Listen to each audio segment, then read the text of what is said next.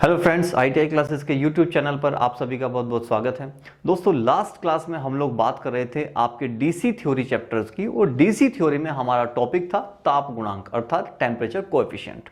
उससे संबंधित थ्योरी थी वो हम लोग जो है लास्ट लेक्चर में कंप्लीट कर चुके थे। आज हम उससे संबंधित जो फॉर्मूले थे उनसे संबंधित जो आपके प्रश्न हैं जो कि एग्जाम पेपर में आए हैं उन प्रश्नों को क्या है हल करेंगे। उसके लिए मैंने क्या किया है, उसके लिए मैंने जो फॉर्मूले मेरे ताप गुणांक के थे वो मैंने ऑलरेडी पहले से ही लिख लिए हैं, ताकि आपको थोड़ा सा समय कम लगेगा इससे आपको समझाने में। फॉर्मूले में जो जिसकी वैल्यू है वो आपको पता ही है कौन किसका वैल्यू है। अगर इसका नहीं मालूम है तो आप क्या है वापस आप अपनी लास्ट टाइम की जो वीडियो है उसको एक बार से दोबारा से देख लीजिए, ताकि उसमें आपको थोड़ा सा एक आइडिया हो जाएगा। तो चलिए शुरू करते हैं आज के प्रश्न का पहला प्रश्न। और सवाल है आपके पास, एक जनरेटर की फील्ड कोइल का जो रेसिस्टेंस है, रेसिस्टेंस मतलब प्रतिरोध है, वो 0 डिग्री सेल्सियस पर 50 ओम हो, तो 50 डिग्री सेल्सियस पर उसका रेसिस्टेंस क्या होगा यदि तांबे का ताप गुणांक 0.0043 प्रति डिग्री सेल्सियस हो। तो हम इसको करने के लिए हमारे पास फॉर्मूले तो हैं ऑलरेडी, ठीक है ना, तो फॉर्मूला हमारे पास में है, लेकिन उसने क्या क्या वैल्यू मुझे दी है वो मैं एक बार देख लेता हूं। जैसे कि अगर मैं बात करूं तो 0 डिग्री सेल्सियस पर 50 ओम अर्थात मुझे T1 का वैल्यू दे दिया। T1 की वैल्यू मेरी 0 डिग्री सेल्सियस है, और T1 पर यानी कि 50 डिग्री है, इसका मतलब R1 की वैल्यू भी मेरी आ गई है 50 ओम। इसके बाद कहा कि 50 डिग्री सेल्सियस पर, इसका मतलब क्या हुआ कि उसने T2 आपको दे दिया है। T2 कितना दिया है आपका 50 डिग्री सेल्सियस। उसने पूछा है कि 50 डिग्री सेल्सियस पर उसका रेसिस्टेंस क्या होगा, अर्थात वो आपसे R2 पूछना चाह रहा है कि R2 कितना होगा, और ताप गुणांक अर्थात उसने आपको किसकी वैल्यू दे दी है, अल्फा की वैल्यू उसने आपको दे दी है 0.0043 प्रति डिग्री सेल्सियस, ये आपको दिया है। अब उसने पूछा है आपसे R2, फॉर्मूला हमारे पास में था ये, यहां से आपको देखिए R1 की वैल्यू दी है, R1 की वैल्यू आपको 50 दी है, अल्फा की वैल्यू आपको ये दिया है। T2 माइनस T1 अर्थात T2 मेरा कितना है 50, 50 में से 0 घटा लेंगे तो वो भी मेरे को वैल्यू मिल गई आपके अंतर की, और 1 इसमें आपका फिक्स है। तो लगाते हैं डायरेक्ट इस फॉर्मूले में इसको। तो अगर मैं R2 की वैल्यू मुझे निकालनी है तो R2 अगर निकालते हैं तो इसके लिए क्या पहले मुझे चाहिएगा R1 कितना है मेरा, इसका मतलब हो गया 50 ब्रैकेट, अल्फा की वैल्यू कितनी दी है 0.0043, ये वैल्यू मुझे अल्फा की मिल गई, इनटू T2 माइनस T1 कितना हो गया आपके पास में, 50 में से 0 अगर मैं घटाता हूं तो मेरे पास 50 ही आ जाएगा, ठीक है ना। तो 50 और उसके बाद में क्या है प्लस के 1, इन दोनों को गुणा कर दीजिए, एक को जोड़ दीजिए और उसके साथ में 50 के गुणा कर दीजिए, आपको मिल जाएगा आपका आंसर। तो R2 बराबर किसके हो गया, अगर मैं इनको गुणा कर दूं तो कितना आ जाएगा मेरे पास में 0 5 3 15, 1 5 20 और 1 21, कितने 4 के बाद में दशमलव अर्थात 0.2150, प्लस के 1 भी करना है, प्लस 1 भी करना है। तो अगर मैं इस प्लस के 1 को हटा के यहाँ पे डायरेक्ट लिख दूं तो कितना हो गया मेरे पास में 1.2150 हो जाएगा, और 50 के साथ में इसकी बाहर से गुणा भी है, 50 के साथ में गुणा कर दीजिए, आपको वैल्यू मिल जाएंगी 0 5 5 25, 2 5 कम 5 2 7 और 5 दूनी 10, कितना 10 और 5 कम 5 और 1 6, अर्थात दशमलव कहाँ लगेगी 1 2 3 4, 4 के बाद दशमलव 1 2 3 और 1 4, अर्थात आपका आंसर कितना हो गया 60.75 कितना ओम, ये हो गया आपका आंसर।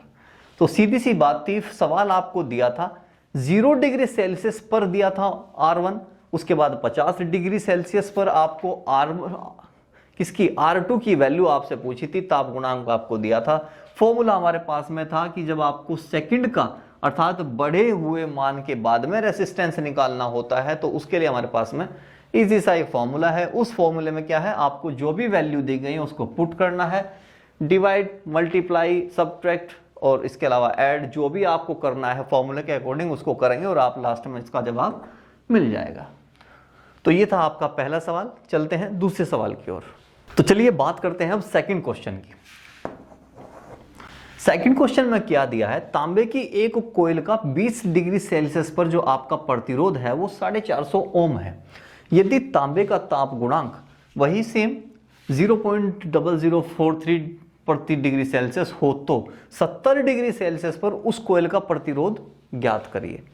अब जो ये फॉर्मूले हैं आपके, ये जो फॉर्मूले हैं यहां पर जो प्रारंभिक होता है जैसे कि R1 T1, ये होता क्या है, ये 0 डिग्री सेल्सियस पर क्या होता है, टेम्परेचर कहां होता है, वहां 0 डिग्री सेल्सियस होता है जो कि प्रारंभिक है। उसी प्रकार से आपका जो प्रतिरोध है वो भी क्या होता है, आपका 0 डिग्री सेल्सियस पर होता है। अर्थात इन फॉर्मूलों की अगर बात करें तो जो हमने 1 वाले लिखे हैं R1, यानी कि ये कौन सा है, 0 डिग्री सेल्सियस पर रेसिस्टेंस, और ये T1 जो है, T1 में कब है तापमान, 0 डिग्री सेल्सियस होता है T1 का वैल्यू भी। परंतु इस सवाल में जब आप देख रहे हैं तो शुरुआत कहां से हुई, इसने बोल दिया कि कोयल का 20 डिग्री सेल्सियस पर 450 ओम क्या है, प्रतिरोध दिया है। इसका मतलब यह है कि इस पूरे सवाल में कहीं पर भी 0 डिग्री की बात हुई ही नहीं है।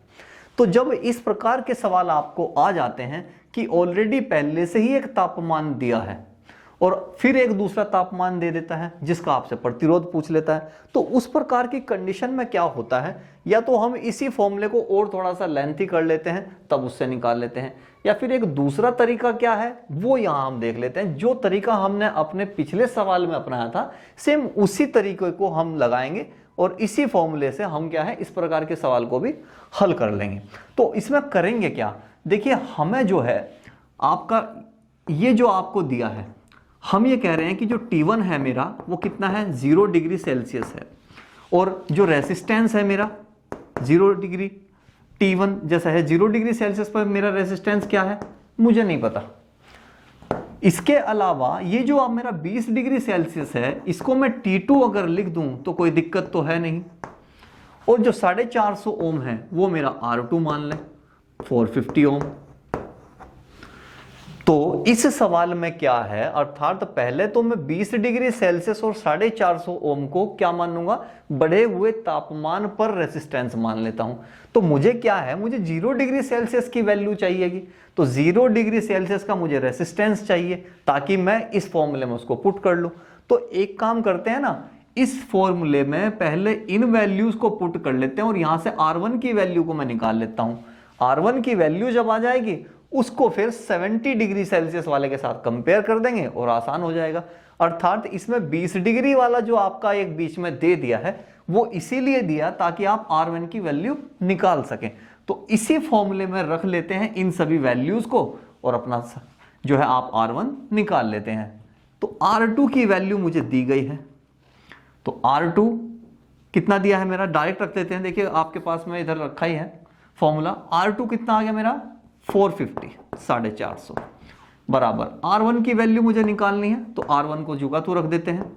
ब्रैकेट में अल्फा की वैल्यू आपको दी है, देखिए ये दिया है आपको अल्फा, ये आ गया आपका 0.0043, इसकी वैल्यू दे दी आपको, into T2 minus T1। T2 कितना है आपका 20 डिग्री और T1 कितना है ये 0 डिग्री, तो दोनों को घटा के कितना लिख दिया मैंने, डायरेक्ट आपका 20 निकाल लिया और कितना प्लस के हो गया मेरा 1।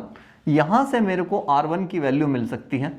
अब इसको इसके साथ में गुणा कर दीजिए, कितना हो गया 0, 3 दूनी 6, 4 दूनी 8, कितने अंक पर दशमलव है 1 2 3 4, अर्थात ये हो गया आपका 0.086। इन दोनों की गुणा करने के बाद आ गया, +1 भी करना है तो मैं इसको हटा देता हूं और +1 यानी कि 1 पॉइंट कर देता हूं। इसके साथ में गुणा किसकी है, R1 की, बराबर किसके हैं 450 के। तो अगर मैं R1 की वैल्यू मुझे यहां से निकालनी है तो R1 बराबर किसके हो जाएगा, ये वाला इसके नीचे चला गया। तो 450 को यदि मैं 1.086 से डिवाइड कर दूं तो मुझे क्या है R1 की वैल्यू मिल जाएगी। तो अगर मैं इसको इससे डिवाइड कर देता हूं तो मेरे पास में आ जाएगा 414.3 डिग्री और 3 ओम। ये मेरा क्या आ गया है, ये मेरा R1 की वैल्यू आ गई है। अब हम क्या करेंगे, अब ये 20 वाले का जो रोल था, 20 डिग्री सेल्सियस का जो रोल था वो हो जाएगा खत्म, और हमारे पास में T1 और R1 की वैल्यू आ गई है और T2 और R2 की वैल्यू हमारी ये वाली बन जाएगी, 70 डिग्री बन जाएंगी। तो अब हम क्या करेंगे, आर हमारे पास आ गया है, तो आर की वैल्यू कितनी लिख दें, हम यहां पर लिख देते हैं 414.3। ये हो गया मेरे पास R1। T2 की वैल्यू अब कितनी हो जाएगी, जो कि 20 डिग्री थी अब हो जाएगी वो 70 डिग्री सेल्सियस। और R2 की वैल्यू वो आपसे पूछ ही रहा है, तो R2 हमारे पास में क्या हो गया है, अब ये हो गया हमारे पास में अननोन। सेम इसी सब चीजों को वापस इसी फॉर्मूले में रख देते हैं और वैल्यू वो फिर से निकाल लेते हैं। अर्थात जब मैं यहां से सेम इसी प्रोसेस को फॉलो करूंगा तो मेरे पास R2 की वैल्यू आ जाएगी और R2 की वैल्यू मेरी होगी 539.09। आप चाहें तो इसको सॉल्व करके देख लीजिएगा, आपका आंसर बिल्कुल सही मिल जाएगा आपको। तो इस प्रकार के सवाल में हुआ क्या था, जैसे ऊपर वाले सवाल में आपको पहले ही 0 डिग्री सेल्सियस पर जो है प्रतिरोध दिया था, यहां 0 डिग्री सेल्सियस पर प्रतिरोध दिया नहीं गया था, मुझे उसको ज्ञात करना पड़ा। ज्ञात किया किससे, इसकी सहायता से मैंने ज्ञात कर लिया, क्योंकि 0 डिग्री से पहले उसने 20 डिग्री सेल्सियस बढ़ाया, उसका आपको प्रतिरोध दे दिया। तो मैंने पहले क्या किया, R1 की वैल्यू निकाल ली। जब मेरे पास में T1 और R1 आ गया है तो अब मैं क्या हूं, डायरेक्ट 70 डिग्री सेल्सियस का प्रतिरोध निकाल सकता हूं, उसको T2 मान लेंगे। इस प्रकार के सवाल में हम क्या है, डायरेक्ट जो है 20 डिग्री से 70 डिग्री को इस फॉर्मूले में रख करके नहीं निकाल सकते। इसको अगर आप रखेंगे तो आपका आंसर जो है लमसम में आएगा, यानी कि वो पूरी तरह से क्या होगा, करेक्ट नहीं होगा। लगभग लगभग बराबर तो पहुंच जाएगा लेकिन उतना करेक्ट नहीं होगा। तो तरीका क्या है, ये हमारे पास में एक राइट तरीका है। इसके लिए आपको सिर्फ एक ही फॉर्मूला इस्तेमाल करना पड़ेगा, अन्य कोई फॉर्मूला बार बार इस्तेमाल करना नहीं पड़ेगा। तो हमारे पास ज्यादा समय भी नहीं लगेगा, इजीली आप इसको आराम से कैलकुलेट करके निकाल सकते हैं। तो दोस्तों ये था आपके ताप गुणांक पर आधारित महत्वपूर्ण प्रश्न। इन्हीं क्वेश्चनों, यही इसी प्रकार के जो क्वेश्चन हैं वो इन फॉर्मूलेस पर बेस्ड हैं। वो आप चाहें तो अपने प्रैक्टिस पेपर से कहीं से भी आप कर सकते हैं, एक्सरसाइज उसकी करके देख सकते हैं। कहीं अगर आपको ऐसा लगता है कि कोई क्वेश्चन नहीं हो रहा है तो आप मुझे कमेंट बॉक्स में भेज दीजिए, मैं उसको जो है सॉल्व करके आपको उसका आंसर कमेंट बॉक्स में बता दूंगा। अब बात कर लेते हैं उन कुछ महत्वपूर्ण प्रश्नों की जो कि इस पूरे डीसी थ्योरी चैप्टर से आपके एग्जाम पेपर में पूछे गए हैं।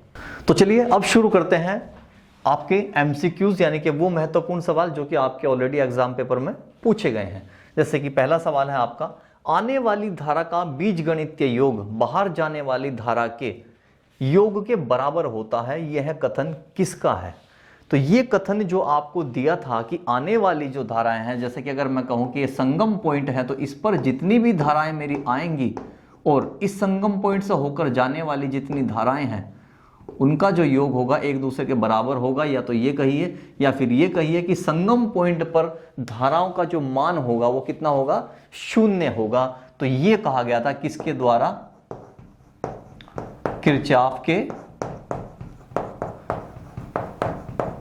धारा नियम। अर्थात किरचॉफ ने 2 लॉ दिए थे, पहला था धारा को लेकर के और दूसरा था वोल्टेज को लेकर के। तो पहला जो नियम था ये था संगम वाला। तो ये हो गया आपका पहला सवाल जो कि आपका आंसर है किरचॉफ का लॉ।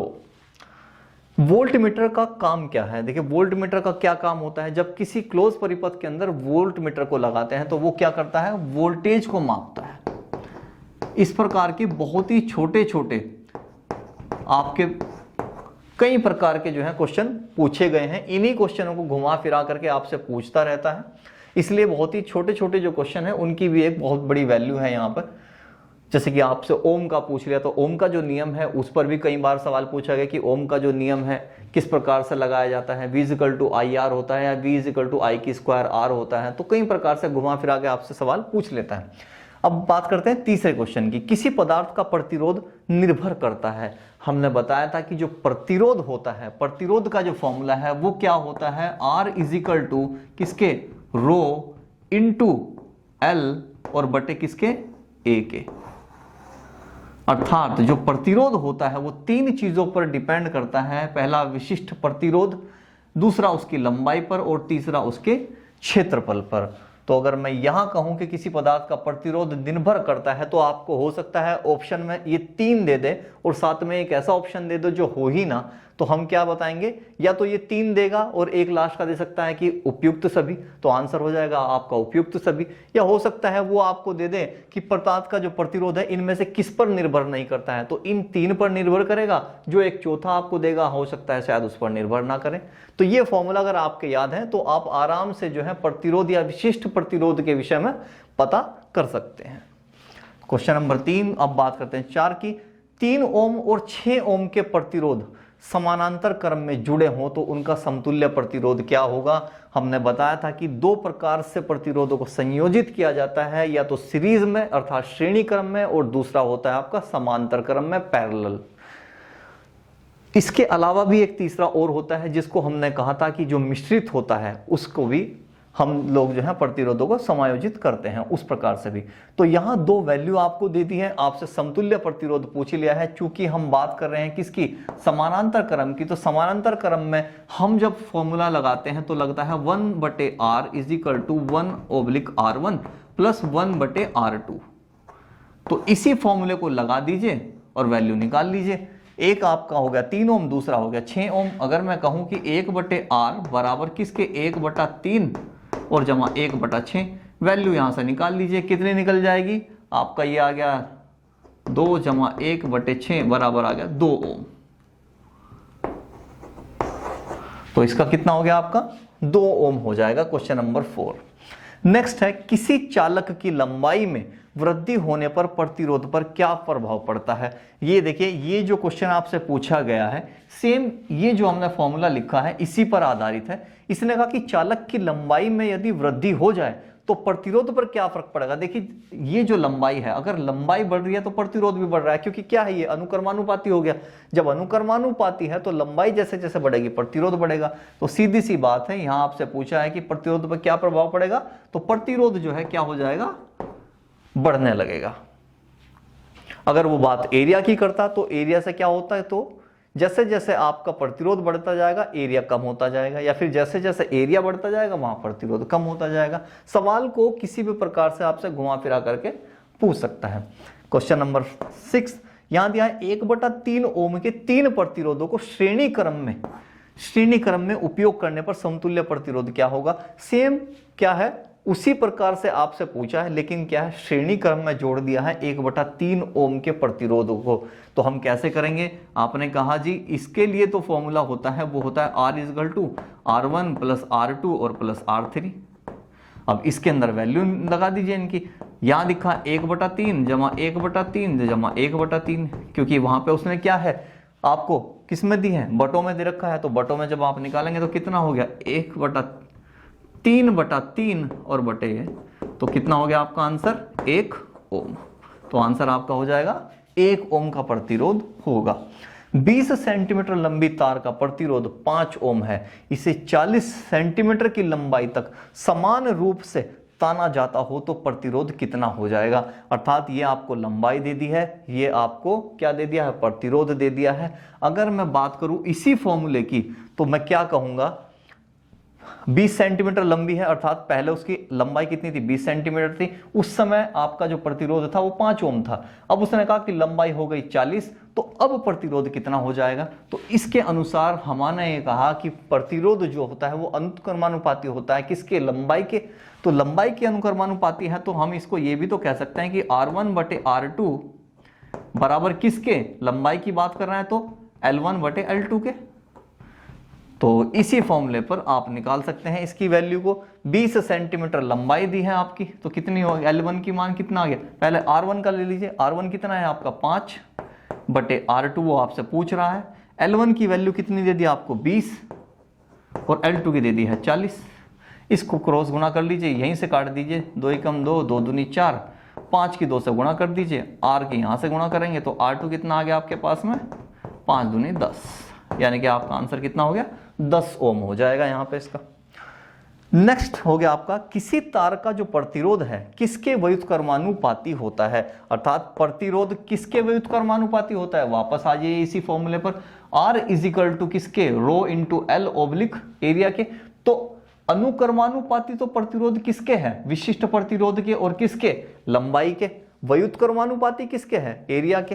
तो इसका मतलब आंसर क्या हो गया, आपका विशिष्ट प्रतिरोध कहाँ गया, किसी तार का प्रतिरोध किसके व्युत्क्रमानुपाती होता है, एरिया के। अर्थात जैसे जैसे एरिया बढ़ता जाएगा प्रतिरोध कम होता जाएगा। तो इसका आंसर हो गया आपका एरिया। देखिए एक ही फॉर्मूला है, इस एक ही फॉर्मूले पर प्रतिरोध, विशिष्ट प्रतिरोध, लंबाई और आपके एरिया, इन सब से संबंधित सवाल पूछ लिए गए हैं, कई बार पूछे हैं, एक बार नहीं आए हैं, बार बार पूछ रहा है, सिर्फ इन्हीं एक दो फॉर्मूले पर आपसे सवाल पूछ रहा है। नेक्स्ट क्वेश्चन है आपका, विशिष्ट प्रतिरोध की इकाई क्या है। अब देखिए फिर से वही बात पूछ ली, उसी फॉर्मूले पर बेस्ड पूछ लिया है। अगर मैं यहां से रो की वैल्यू निकाल लूं तो रो की वैल्यू निकालने के बाद में मुझे क्या मिल जाएगा, अगर मैं रो की वैल्यू निकालता हूं तो रो बराबर किसके हो जाएगा, R इंटू ए ओब्लिक एल, कितना R इंटू ए और ओब्लिक कितना L। तो लगाइए इसको, प्रतिरोध का कितना होता है ओम, एरिया का कितना होता है सेंटीमीटर की स्क्वायर, और बटे लंबाई कितनी सेंटीमीटर, सेंटीमीटर से सेंटीमीटर की स्क्वायर में से काट देते हैं तो कितना आ गया ओम सेंटीमीटर। या तो होगा ओम सेंटीमीटर या होगा ओम मीटर, वो तो डिपेंड करेगा कि उसने जो लंबाई दी है वो आपकी कैसी दी है, मीटर में दे रहा है कि सेंटीमीटर में दे रहा है। तो ऑप्शन में यदि आपको ओम सेंटीमीटर मिल जाए तो ओम सेंटीमीटर लगाइए, ओम मीटर मिल गया तो ओम मीटर पर लगा दीजिए। तो ये विशिष्ट प्रतिरोध का आपका क्या हो गया, मात्रक हो गया। अब ये अंतिम सवाल, शुद्ध धातु में तापमान के बढ़ने से प्रतिरोध पर क्या प्रभाव पड़ता है। देखिए इसके विषय में भी हमने लास्ट वीडियो में बात की थी और हमने उसमें ये कहा था कि जैसे जैसे जो चालक होते हैं, यानी कि जो धातुएं हैं, जो धातुएं होंगी, उन धातुओं में जैसे जैसे टेम्परेचर बढ़ता जाता है उनका प्रतिरोध क्या है, बढ़ता चला जाता है। लेकिन जब बात की थी हमने किसकी, अधातुओं की या फिर अर्ध अधातुओं की, तो उस कंडीशन में क्या होता है, जैसे जैसे टेम्परेचर बढ़ेगा प्रतिरोध कम होता जाता है। तो सिर्फ धातुओं में और मिश्र धातुओं में तापमान के बढ़ जाने से क्या होता है, आपका प्रतिरोध बढ़ जाता है। तो यहां हम बात कर रहे हैं शुद्ध धातु की। शुद्ध धातु में क्या होगा, जैसे जैसे आपका टेम्परेचर बढ़ता जाएगा, टेम्परेचर बढ़ा तो आपका जो प्रतिरोध है वो भी बढ़ जाएगा। अभी देखिए इसको आपसे फिर से कई तरीके से पूछ सकता है, हो सकता है वो शुद्ध धातु में किसी का नाम दे दे, जैसे चांदी हो गया तो हो सकता है वो चांदी लिख दे, तो चांदी लिख दिया तो भी आप समझ जाइएगा कि चांदी क्या है, आपका क्या होता है। भाई आपसे पूछा है ना कि चांदी क्या है, चांदी भी तो आपकी एक धातु है ना, तो धातु है तो इसका मतलब ये हो कि टेम्परेचर बढ़ेगा तो उसका प्रतिरोध बढ़ जाएगा। तो ये थे आपके वो महत्वपूर्ण क्वेश्चन जो कि एग्जाम पेपर में आपसे कई बार पूछे गए हैं। हमने यहाँ कोशिश की है सिर्फ थ्योरी से संबंधित सवालों की, जो न्यूमेरिकल से रिलेटेड क्वेश्चन आपसे पूछे गए हैं उनको हमने आपके जो टॉपिक हमने कवर किए हैं उन्हीं में ही आपको करा दिया है। जैसे जैसे कि हम बात करें कि आपके ताप गुणांक की, इसके अलावा भी कई हमने ऐसे क्वेश्चन कराए हैं जहां पर जो है हम लोगों ने जो है क्वेश्चनों को हल किया है, जैसे कि व्हीटस्टोन ब्रिज के क्वेश्चन थे। इसके अलावा आपका इसके अलावा जो और क्वेश्चन हमने किए थे, आपके विशिष्ट प्रतिरोध को निकालने के क्वेश्चन थे, प्रतिरोध को निकालने का जो था, तो उस प्रकार के कई सवाल जो है हम लोगों ने इसमें जो हल किए हैं वो ऑलरेडी आपके एग्जाम पेपर में पूछे गए हैं। इसीलिए हम लोगों ने क्या था, उनको आपके टॉपिक के साथ साथ कवर कर दिया। यहाँ जो है इस पेपर पर हमने उनको नहीं दिखाया है। तो इन्हीं 10 क्वेश्चनों के साथ आज की क्लास को यहीं समाप्त करते हैं। अगली क्लास में फिर मिलेंगे आपसे एक नए टॉपिक के साथ। तब तक के लिए थैंक यू।